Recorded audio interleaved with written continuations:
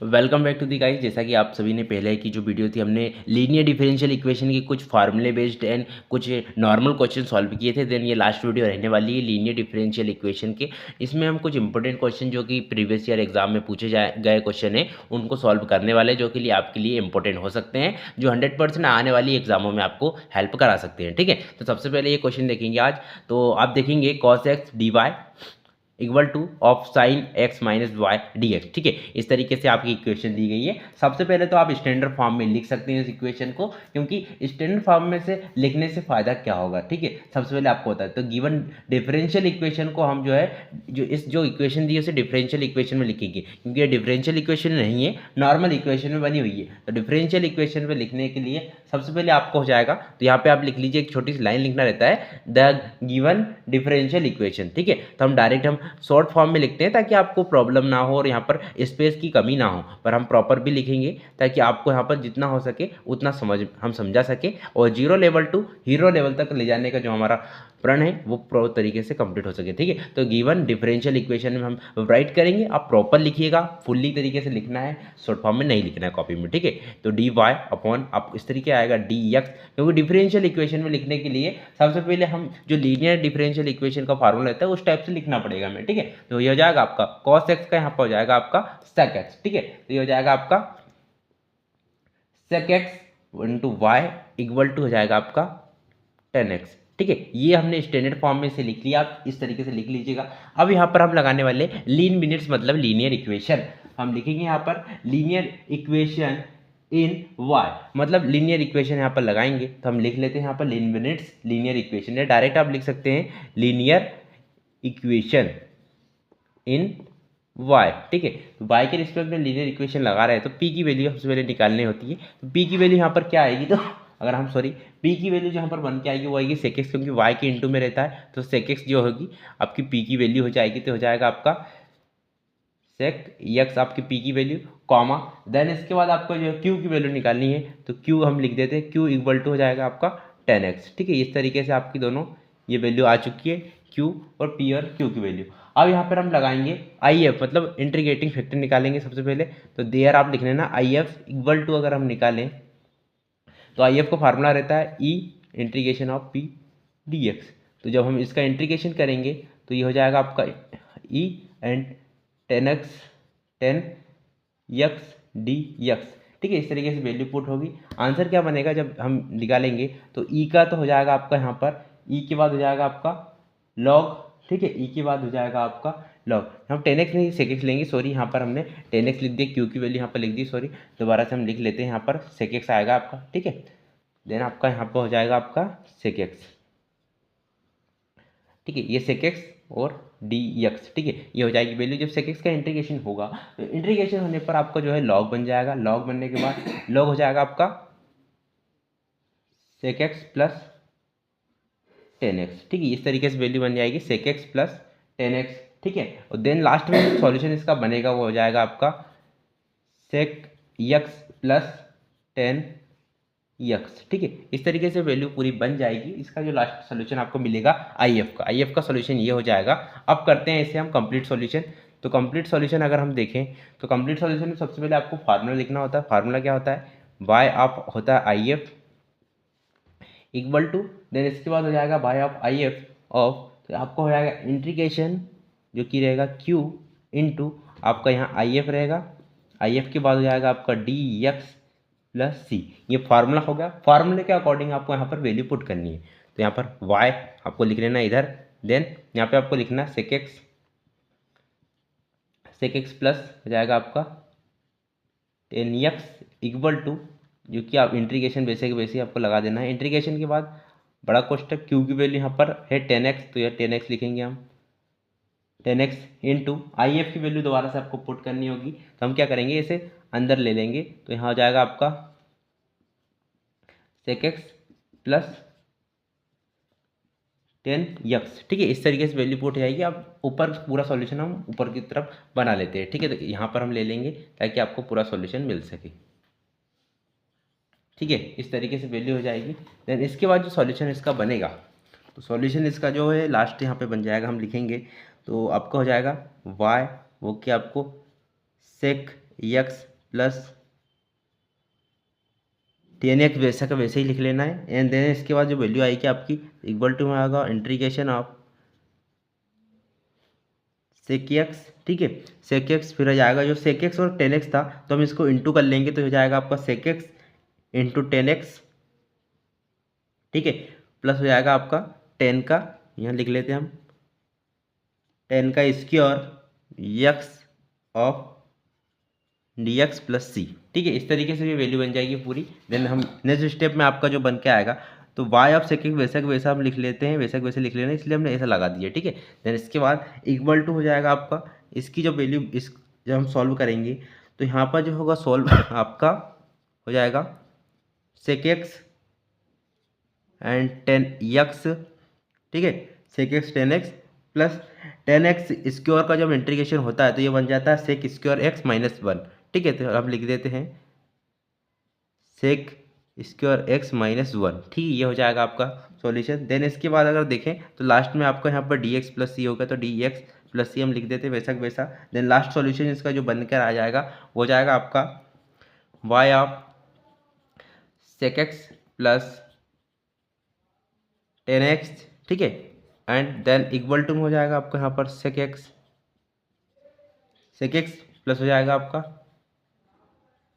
Ten x minus x, ठीक है, plus सी। इस तरीके से वैल्यू बनेगी। अब वैल्यू कैसे बनी तो सेक एक्स और टेन एक्स का हम जो इनका जो हम इंटीग्रेशन होगा, इंटीग्रेशन करने पे ये वैल्यू आ जाएगी आपकी सेक एक्स हो जाएगी plus ten x minus plus c, ठीक है। इस तरीके से वैल्यू आ जाएगी आपकी पूरा और इसका लास्ट सॉल्यूशन हो जाएगा। तो आप चाहे तो इसे नोट कर सकते हैं। इंपॉर्टेंट क्वेश्चन है जो प्रीवियस ईयर एग्जामों में अधिकतर पूछे गए हैं, जो आपके लिए इंपॉर्टेंट हो सकते हैं, ठीक है। तो चलते हैं हम नेक्स्ट क्वेश्चन की तरफ। आप इसे नोट कर लीजिए, हमने पहले से अगर आपने नोट कर रखा है तो चलते हैं हम नेक्स्ट क्वेश्चन पर। सो गाइस नेक्स्ट जो क्वेश्चन है मोस्ट इंपोर्टेंट क्वेश्चन है, अधिकतर ये क्वेश्चन एग्जाम में पूछा गया है, इसलिए आप क्वेश्चन की प्रिपरेशन इस तरीके से कर लीजिएगा। ये है question one plus x square d y upon d x plus two x y equal to cos two x, ठीक है। इसका जो क्वेश्चन है बहुत ही इंपॉर्टेंट क्वेश्चन है। सबसे पहले हम डिफरेंशियल इक्वेशन में से लिख लेते हैं कि हम लिखेंगे डिफरेंशियल इक्वेशन, ठीक है। डिफरेंशियल इक्वेशन में अगर हम लिखते हैं यहाँ पर तो ये हो जाएगा आपका वन प्लस एक्स का square of d y upon d x plus आपका हो जाएगा यहाँ पर two x y equal to cos two x, ठीक है। इस तरीके से वैल्यू पुट करेंगे। वैल्यू पुट करने पर देन इसका जो फार्मूला सॉल्यूशन यहाँ पर बनेगा तो डी वाई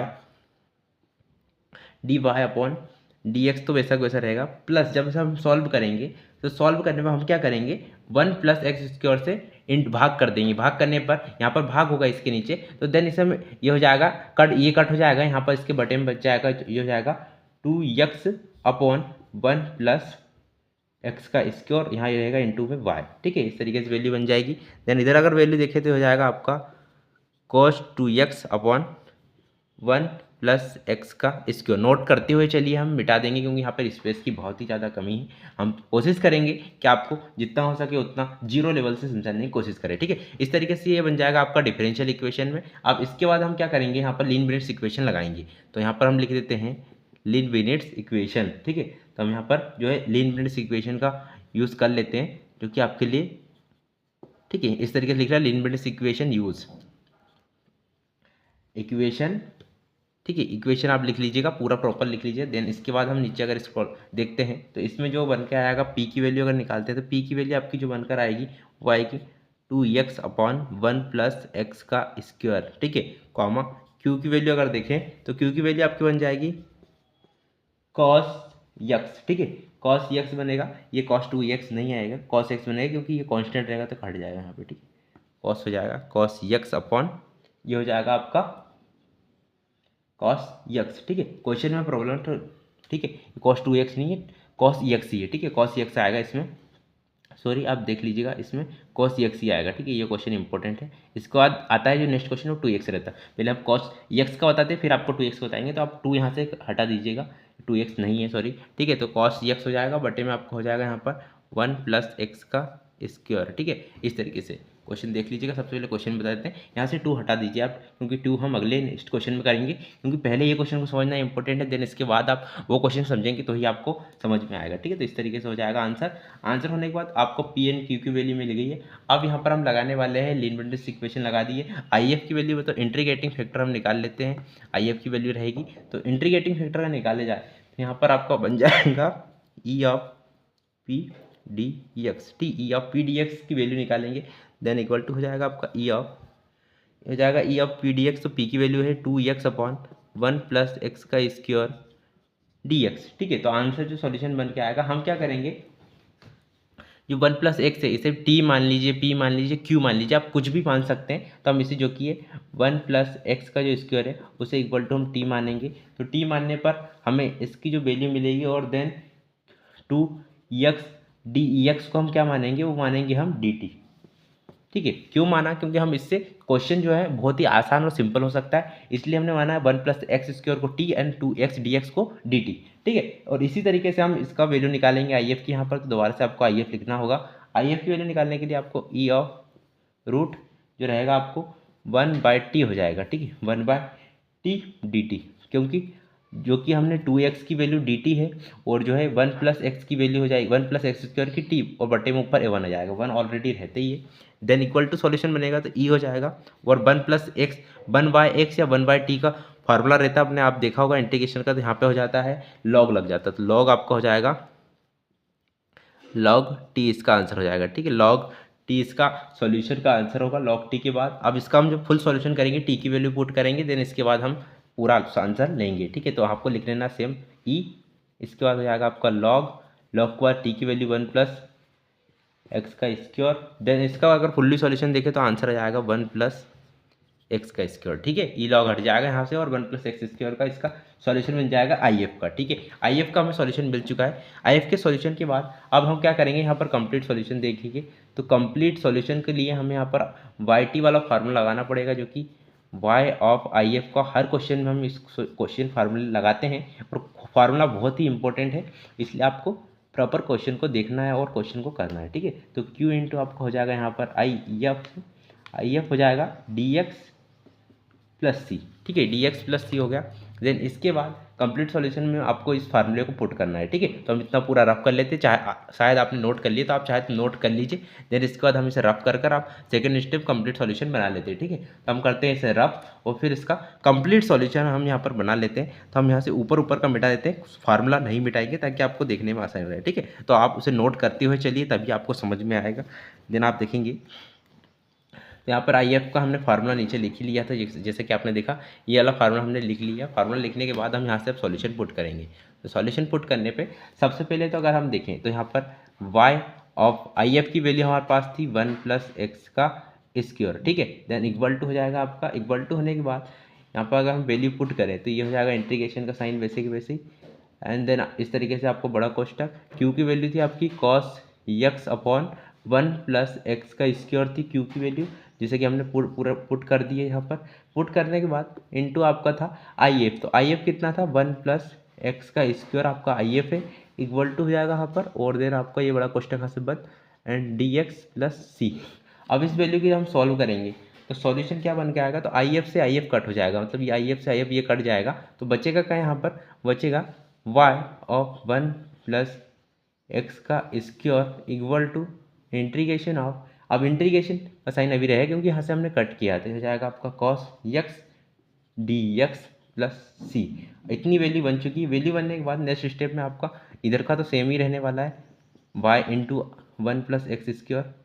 ठीक है, देन इक्वल टू में आ जाएगा आपका कॉस एक्स का इंटीग्रेशन कितना होता है, साइन एक्स और साइन एक्स होगा प्लस सी, वैसा वैसा रहेगा। देन इसके बाद हम यहाँ पर वैल्यू पुट करेंगे, तो जो है 1 प्लस एक्स स्क्वायर को हम इधर से पक्षांतर करेंगे, तो यहाँ पर हो जाएगा आपका साइन एक्स के बटे में हो जाएगा 1 प्लस एक्स का स्क्वायर, क्योंकि इंटू में था इसलिए बटे में लेके, अगर इंटू में हो प्लस में होता तो माइनस में आता। ठीक है, तो यहाँ इंटू में है तो बटे में आ गया, देन प्लस यहाँ लगाएंगे, सी के नीचे भी आपको इसी तरीके से लिख लेना 1 प्लस एक्स का स्क्वायर, इस तरीके से वैल्यू आ जाएगी वैल्यू पुट होने पे ये लास्ट इसका आंसर रहेगा। ठीक है, इतना ही आंसर आपका रहने वाला है, तो आप इसे चाहे तो नोट कर लीजिए। बहुत ही सिंपल तरीके से हमने पूरा सॉल्यूशन बताया कि इससे अगर आपको फार्मूले याद नहीं है तो आपसे क्वेश्चन नहीं बनेंगे, फार्मूले आप याद कर लीजिए। और हम भी कोशिश करेंगे कि आपको 12th लेवल के जो फार्मूले की वीडियो है एक प्रोवाइड करा दें, जिसमें आपको सभी फार्मूले मिल जाएंगे। ठीक है, तो इस तरीके से आप देखेंगे तो ये क्वेश्चन का सॉल्यूशन हो जाएगा। अब चलते हैं नेक्स्ट इंपॉर्टेंट क्वेश्चन पर, जहाँ पर हमने अभी cos x लिखा था इक्वल टू में, वहीं पर हम लेंगे cos 2x। ठीक है, तो हम इसे रब कर देते हैं। आप